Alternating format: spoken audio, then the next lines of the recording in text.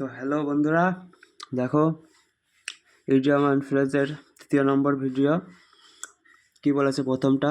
আ grey area মানে হচ্ছে অস্পষ্ট ক্ষেত্র, an area where things are not clear define an unclear situation. মানে হচ্ছে তুমি ধরো না, তোমার বন্ধুকে কিছু জিজ্ঞাসা করলে, যেমন কোনো বই টই নেওয়ার কথা, যে ভাই তোর কাছে কি এই বইটা আছে, ধরো না ব্ল্যাক বুক কি আছে? ও বললো যে না, নেই। কিন্তু তুমি তোমারই অন্য একটা বন্ধুর কাছে শুনে এসেছো যে হ্যাঁ, ওর বইটা ওর কাছেই আছে। তো সেটা যেমন আনক্লিয়ার সিচুয়েশান, সেমন মানে ও সঠিক বললো কি ভুল বললো তুমি সেটা বুঝতে পারলে না। তো সেটা হলো গ্রে এরিয়া বলা যায় ইডিয়মের ভাষায়। তারপরে আ হেয়ার ইন দ্য বাটার মানে হচ্ছে বলেছে একটা বাটারের ডিব্বার মধ্যে বা কোটোর মধ্যে একটা চুল বেঁধে গেছে। তো এখন সেই চুলটা যদি তোমাকে বলে, ওই একটা 100 গ্রামে মনে করো একটা বাটারের প্যাকেট বা কোটো, ওর মধ্যে যদি চুল থাকে এবং তোমাকে যদি বলা হয় যে সেই চুলটাই গরম না করে বের করো, মানে চুল গরম না, বাটারটি গরম না করে বের করো, তখন কি তুমি বের করতে পারবে? তো সেটাই বলেছে যে চ্যালেঞ্জিং সিচুয়েশান মানে হচ্ছে সেই জায়গাটা তোমার কাছে প্রচুর পরিমাণে কঠিন হয়ে দাঁড়াবে সেই চুলটা বের করা। মানে একটা চুল বের করতে হবে মাত্র একটা বাটারের স্লাইস থেকে। তো সেটা তোমার কাছে টিপিক্যাল একটা বিষয় হয়ে যাবে বা চ্যালেঞ্জিং সিচুয়েশন হয়ে যাবে, মানে হচ্ছে চুনৌতিপূর্ণ স্থিতি। তারপরে বলেছে বলেছে হেয়ার্স ব্রেথ মানে যখন তুমি তোমাকে না, যখন তুমি ভিডিওতে দেখেছো সিআইডি ফিআইডি, যখন মানে কোনো অপরাধী ধরা হবে, কোনো সূত্র থেকে যদি অপরাধীর কোনো বন্ধু বা কারোর খবর পেয়ে যায় সিআইডি বা পুলিশরা, তখন কিভাবে জিজ্ঞাসাবাদ করে, একদম মানে তীক্ষ্ণ হয়, মানে একটা চুলের পর্যন্ত ডিস্টেন্স রাখে না কোনো কোশ্চেন করতে।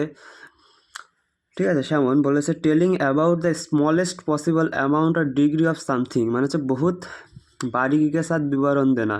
তার মানে এমনভাবে তুলে ধরে সেই বিষয়টা, মানে একটা চুলেরও ডিফারেন্সিয়েট করা যায় না।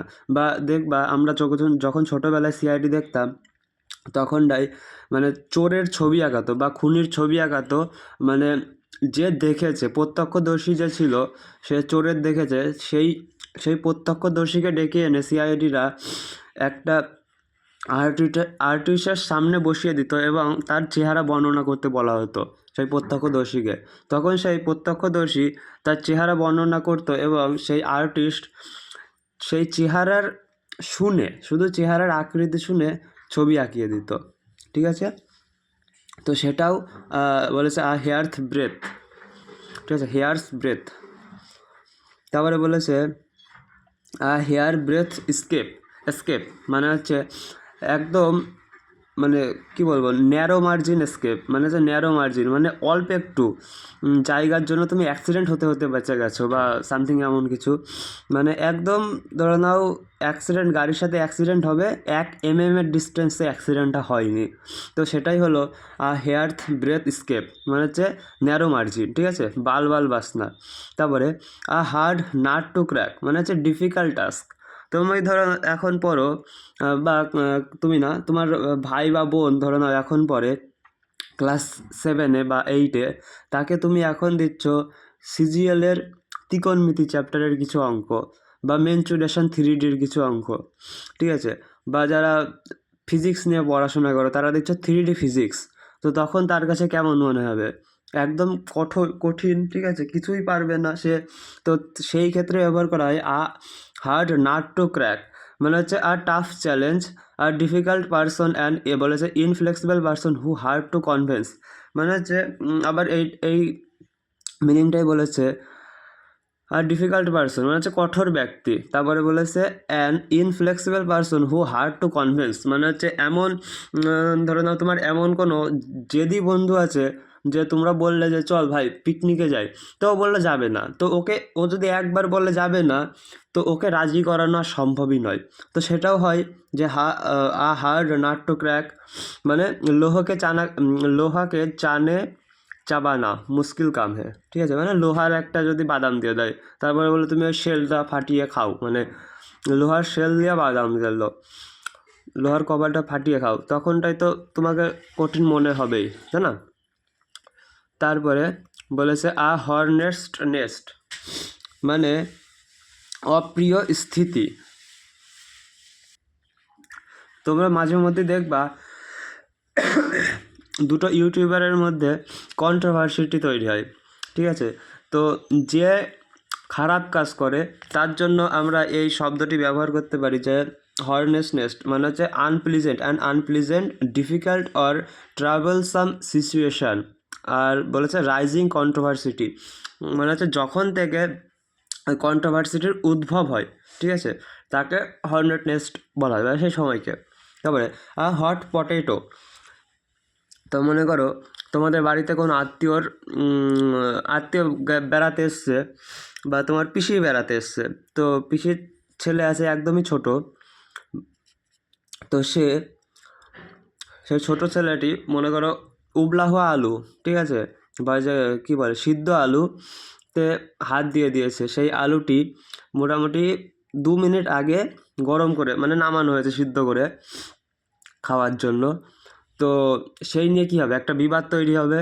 তো সেটাই বলেছে যে হট পটেটো মানে হচ্ছে বলেছে controversial issue situation that is very difficult to deal with, মানে তখন তুমি তোমার পিসিকে কী বলবা, তুমি যদি কাছে থাকো, যে আমি ভাই বা বোনকে দেখিনি ও হাত দিচ্ছে, মানে একদম ছোটো ভাই বোন, তাকে দেখিনি যে ও হাত দিচ্ছে, তখন একটা মানে তোমারই লজ্জায় পড়ে যাবে বা খারাপ লাগবে। তো সেটাই বলেছে যে এ কন্ট্রোভার্সিয়াল ইস্যু। তারপরে বলেছে হাউস অফ কার্ড, তুমি মনে করো একটা তাসের ঘর বানালে, তো সেটা কেমন হবে, কি ওটা কি খুবই শক্ত হবে, ভঙ্গুর প্রজাতির হবে?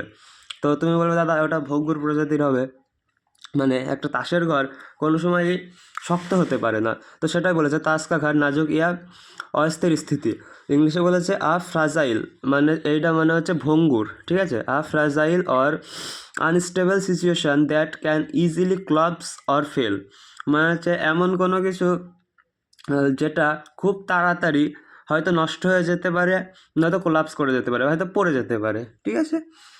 তো তারপর কিক ইন দ্য টিথ, মানে অসন্তোষজনক বাহানা, বড়ি অসন্তোষজনক বাহানা পরে লাইম এক্সকিউজ, বলেছে কিক ইন দ্য টিথ, বলেছে বাড়ি অসফলতা, মানে গ্রেট ডিসঅ্যাপয়েন্টমেন্ট। মনে করো তুমি ক্লাস 10-এ পরীক্ষা দিলে, তুমি সেখানে আশা করছো যে 700-র মধ্যে আমি কিছু না হলেও 590 বা 600 পেয়েই যাব, ঠিক আছে, কিন্তু তুমি দেখা গেল পেলে 350-এর থেকেও কম, তখন সেটা কেমন হবে?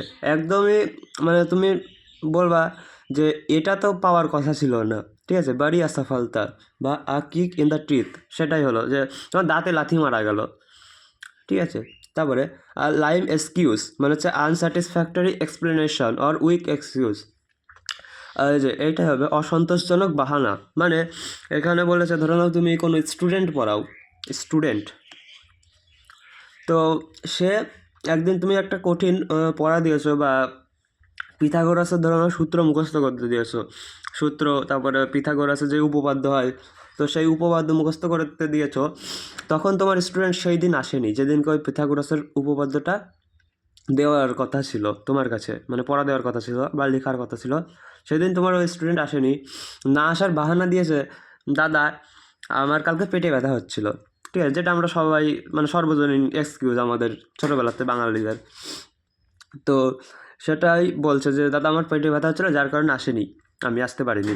তো সেটা তোমার কাছে কেমন হলো? লাইম এক্সকিউজ মানে অসন্তোষজনক বাহানা, যেই বাহানাটা মানে স্যাটিসফাই করে না ওই না আসা নিয়ে, ঠিক আছে, বলেছে আনস্যাটিসফ্যাক্টরি এক্সপ্লেনেশন বা উইক এক্সকিউজ, যেটা ও ধরা পড়ে যাবে যে সত্যিই কি তোর পেটে ব্যথা করছিলো, একটু চাপ দিলে বা বাড়ি ফোন করলেই বলবে না কিছুই হয়নি, ঠিক আছে। তারপরে বলেছে লাফিং স্টক মানে হচ্ছে হাসিকা পাত্র, ঠিক আছে, অ্যান অবজেক্ট অফ রেডিকিউল মানে হচ্ছে মজা করা বা হাস্যকর, ঠিক আছে, আমরা রেডিকিউলাস স্টোরি বলি, তো বলেছে অ্যান অবজেক্ট অফ লাফটার, মানে হচ্ছে এমন কোনো বস্তু যা হাসির জন্যই তৈরি। বিশেষ করে ধরো না তোমাদের যদি 3 জনের ফ্রেন্ডস গ্রুপ হয়, তো 3 জনের মধ্যে একজনে এমন থাকবেই যাকে নিয়ে আদার্স দুজনা হাসাহাসি করবে সবসময়, কোনো কারণ ছাড়া হাসাহাসি করবে, ঠিক আছে? তো সেমন, তো সেই বন্ধুকে বলা যায়, ঠিক আছে, লাফিং স্টক।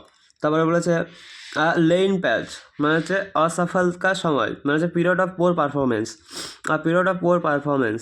আর লেইন প্যাচ মানে যখন তোমরা যদি বিএ বা আর্টস ব্যাকগ্রাউন্ডের থেকে হও আমার মতো, তো তখন দেখবা যে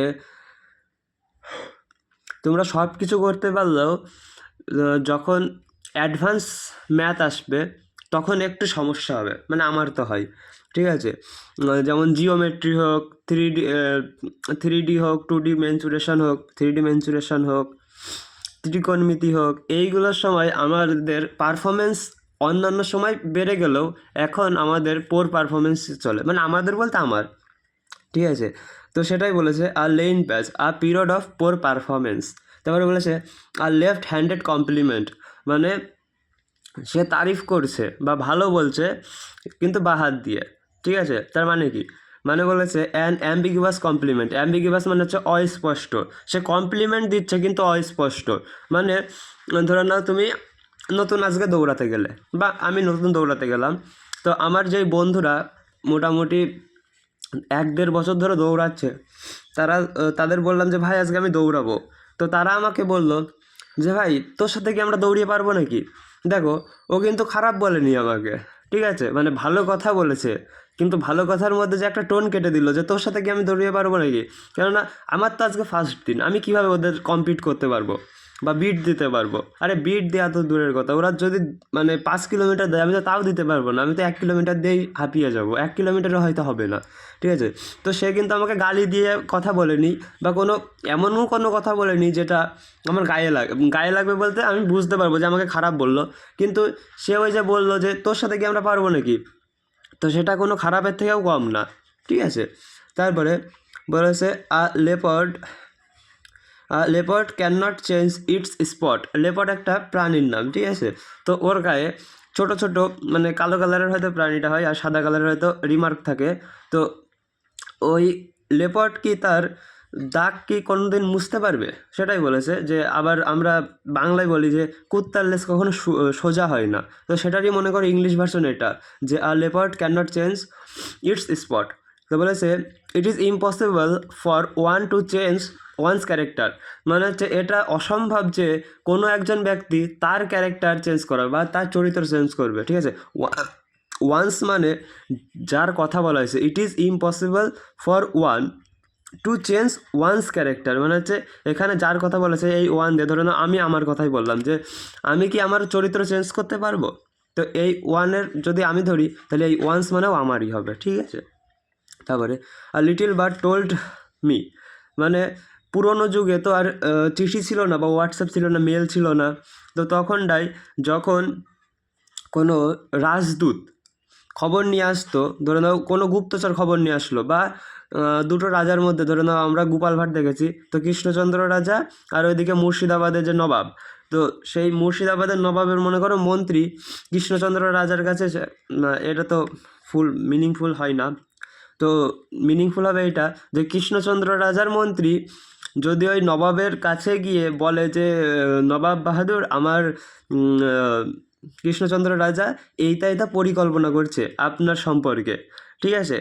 আপনাকে এইভাবে বিট দেবে হ্যান ত্যান এরকম কিছু, মানে কান ভাঙচি দিল ধরে নাও, কেননা মন্ত্রী তো আমরা জানি খুবই খারাপ একটা চরিত্র প্লে করে, তো সে ধরে নাও ওই নবাব বাহাদুরের কাছে গিয়ে এমন বললো, নবাবের কান ভাঙচি দিল, তো তখনটাই নবাব কৃষ্ণচন্দ্র রাজাকে বলবে যে আমি তোমার সম্পর্কে এসব জানতে পারলাম, তো কৃষ্ণচন্দ্র রাজা জিজ্ঞাসা করবে যে কে বললো, তখন সেই তখন সেই মুনিম মানে নবাব বাহাদুর বলবে যে আর লিটিল বার্ড টোল্ড মি, মানে এটা কোনো একটা পাখি বলে গেছে, ছোট একটা পাখি বলে গেছে, যার মানে একটা কথায় এর নাম রিভিল করা যাবে না, ঠিক আছে? তো সেটারই সংকেত বলা যায় আর লিটিল বার্ড টোল্ড মি, মানে কোনো কেউ একজন বলে গেছে আমাকে, ঠিক আছে? তো সেটাই বলেছে, to keep the identity or informant secret, receive information from a secret source, মানে হচ্ছে আমি ইনফরমেশন নিয়েছি ঠিকই, কিন্তু কোনো একটা সিক্রেট সোর্সের কাছ থেকে, যেটা তোমাকে আমি বলবো না, ঠিক আছে। তো সেটাই গুপ্ত রাখার একটা পরম্পরা বলতে পারো। তারপরে বলেছে আ লিটিল গুশ অফ গ্র্যাটিটিউড, মানে ফ্রেন্ডলি ফিলিং, অনুকূল ভাবনা, ঠিক আছে। মানে কোনো কারোর সাথে ধরে নাও তুমি কারোকে পছন্দ করো বা ভালোবাসো, তো তখন তার সাথে কেমন তুমি ব্যবহার করবে, তো সেটাই বলেছে যে ফ্রেন্ডলি ফিলিং, তার সাথে অবশ্যই তুমি মৈত্রীপূর্ণভাবে ব্যবহার করবে, মানে আমাদের মধ্যে মিত্রতা থাকুক, বজায় থাকুক সবসময়, ঠিক আছে। আর লিটিল গুশ অফ গ্র্যাটিটিউড। তারপরে বলেছে আ লিভ অয়ার, মানে হচ্ছে জিন্দাদিলি ব্যক্তি, আ person who is full of energy, মানে তোমাদের ফ্রেন্ড সার্কেলে অবশ্যই কেউ না কেউ থাকবেই যার তুমি যাই বলো না কেন সে এক পায়ে রাজি, ঠিক আছে। ভাই আজকে ঘুরতে যাবি, হ্যাঁ যাবো, ঠিক আছে। আজকে পিকনিক করবি, হ্যাঁ করবো, ঠিক আছে। সেমন বলেছে আর লিভ অয়ার, মানে হচ্ছে a person who is full of energy, ও সবসময় এনার্জি পিকে থাকে, ওর কোনো সময় ডাউন দেখতে পারবা না, ঠিক আছে। তো আমাদের ফ্রেন্ড সার্কেলেও আছে একজন। তারপরে আর লং শট, মানে হচ্ছে লিটিল চান্স অফ সাকসেস, মানে তুমি মনে করো যে তুমি আজকে গলফ খেলছো, গলফ, ঠিক আছে। এবার গলফে তো জানি আমরা ছিদ্র একদম ছোট্ট হয়, একদম ছোট্ট, ওই বলের সাইজের থেকে হালকা একটু বড়, ঠিক আছে। তো ওই গলফ বল তোমাকে মোটামুটি মারতে দিয়েছে মনে করো 500 মিটার দূরের থেকে, ঠিক আছে। 3টে শট দেবে, ওই 500 মিটার একটু বাড়াবাড়ি হয়ে যায় আমাদের ছোট মানে প্রথম তো মনে করো 300 মিটার দূরের থেকে দিল, 3টে শটে তোমার করতে হবে লং শট, ঠিক আছে।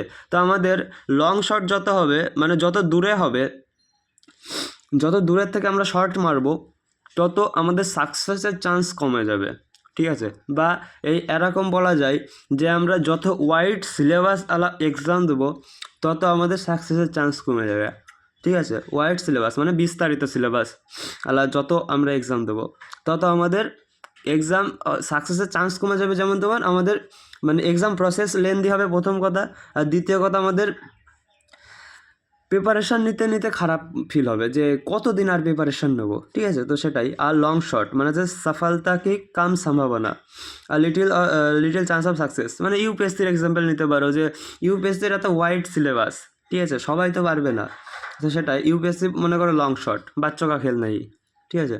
তারপরে আ লট অন ইয়োর প্লেট, মানে হচ্ছে বহুত সারি জিম্মেদারিয়া, মানে মনে করো তোমার প্লেটে যদি খাবার বেশি থাকে অন্যান্য মানুষের তুলনায়, তো তোমার কাঁধে জিম্মেদারিও বেশি, মানে ভার, ঠিক আছে। সংসার চালানোর দায়িত্ব, মানে দায়িত্বও তোমার বেশি থাকবে। তো বলেছে to have a large number of problems to deal with, having many responsibilities মানে হচ্ছে দায়িত্ব, ঠিক আছে। হ্যাভিং মানে দেওয়া আছে তোমার অনেক কঠোর বা অনেক দায়িত্ব তোমার পালন করতে হবে, ঠিক আছে।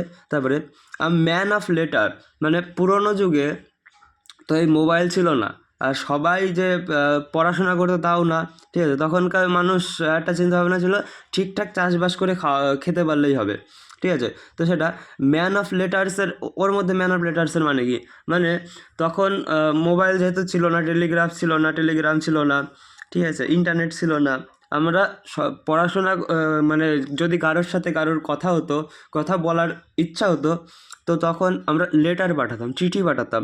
তো সেই চিঠি যারা পড়তে পারতো তাদের ম্যান অফ লেটার, মানে শিক্ষিত ব্যক্তি বলা হতো, বিদ্বান, এই যে হিন্দিতে বিদ্বান বলা হয়। মানে বলেছে proficient in Literary art, scholar মানে হচ্ছে জ্ঞানী, ঠিক আছে। Will educated and a wise person, মানে ওয়েল এডুকেটেড, ওয়েল মানে ভালো, ঠিক আছে। Well educated and a wise person, wise মানেও জ্ঞানী, ঠিক আছে। যে মানে হচ্ছে ওয়েল এডুকেটেড মানে হচ্ছে যে শিক্ষিত ব্যক্তি, অ্যান্ড ওয়াইজ পারসন এবং জ্ঞানী ব্যক্তি, ঠিক আছে। ম্যান অফ লেটার মানে মনে করবা যে লেটার পড়তে পারতো সে কি জ্ঞানী, অবশ্যই জ্ঞানী, যদি জ্ঞান না থাকে বা শিক্ষিত না হয় তাহলে সে কি কোনোদিন লেটার পড়তে পারে, সেমন। তারপরে বলেছে আ ম্যান অফ মিন, মানে হচ্ছে ধনী ব্যক্তি, ম্যান অফ মিনস মানে হচ্ছে a wealthy man with lots of money and assets, ঠিক আছে। তারপরে আ ম্যান অফ স্পিরিটস মানে হচ্ছে সাহসী ব্যক্তি, ওই সেম এইটার মতো। লিভ ওয়ার, ঠিক আছে, লিভ ওয়ার কোথায় গেল, এই যে লিভ ওয়ার ওই লিভারে যা যা এই ম্যান অফ স্পিরিটসেও তাই, মানে সাহসী আদমি, ও ভেরি কারেজিয়াস, মানে সবসময় সব কিছুতে রেডি। ঠিক আছে ভাই, আজকে অ্যাডভেঞ্চার করতে যাবো, হ্যাঁ চল, কোনো সমস্যা নেই। তবে লাস্ট আজকের পেজে বলেছে, এই যে 99 নম্বর পেজ চলছে আমাদের, বলেছে আ ম্যান অফ স্ট্র মানে হচ্ছে কমজোর ব্যক্তি, ঠিক আছে, weak person, weak WEAK, WE week হলো সপ্তাহ হয়, ঠিক আছে, WEAK উইক, আর কাওয়ার্ডলি পারসন, ঠিক আছে। আর বলেছে a man of no substance মানে এখানে মাংসর মানে শরীর স্বাস্থ্য ভালো আর কি, মাংসর কথা বলা হয়েছে, যে যেই মানুষের শরীরে কোনো প্রকার মানে সেমন একটা মাংস নেই, বা বলতে পারো রোগা পাটকা মানুষ, ঠিক আছে। বলেছে আ উইক অর কাওয়ার্ডলি মানে হচ্ছে ভীত, ঠিক আছে, উইক মানে হচ্ছে দুর্বল। বলেছে a weak or cowardly person মানে যে ভীত এবং দুর্বল একটা ব্যক্তি, তো তাকে স্ট্র বলা হয়েছে, আ ম্যান অফ স্ট্র। মানে মনে করো আমরা যেই লেবু জুস খাই বা আখের রস খাই, তার সাথে যেই স্ট্র দেয় বা পাইপ দেয়, ওই লেবু জুসটা যাতে গ্লাসে মুখ না লাগিয়ে খেতে হয়, তার জন্য যে স্ট্র দেয়, সেই স্ট্রটা আমরা ইচ্ছা করলে এই যে এমনভাবে ইচ্ছা করলে ভেঙে দিতে পারি বা দুমড়ে দিতে পারি। তো সেই স্ট্র যদি আমাদের দুমড়াতে কি বেশি শক্তি খরচ হবে বা প্রয়োজন হবে? তোমরা বলবে না দাদা, ও স্ট্র ভাঙাও আর কি, ঠিক আছে। তো সেমন সেই মনে করো কোনো মানুষ ওরকম স্ট্রর মতো একদম দুর্বল, ঠিক আছে, যাকে ইজিলি বিট করে দেওয়া যাবে, যে কেউ মানে একটা মোটামুটি 12-15 বছরের ছেলেবেলেও তাকে মারতে পারবে বা আঘাত দিতে পারবে, তার পরিবর্তে সেই মানুষটা কিছু বলতে পারবে না, ঠিক আছে, সেমন বলার সাহস বোধ করবে না। তো সেটা হলো আ ম্যান অফ স্ট্র, ঠিক আছে। তো আজকের মতো এইটুকুই, দেখা হবে পরের ভিডিওতে কালকে বা পরশু দিন। তো বাই বাই। যদি ভালো লাগে নাম্বার 1 এডুকেশন চ্যানেলটি সাবস্ক্রাইব করে রাখো আর বন্ধুদের কাছে শেয়ার করো, আর হ্যাঁ কমেন্ট করবা যে কোথায় ভুল হচ্ছে বা কোথায় ঠিক আছে। বাই।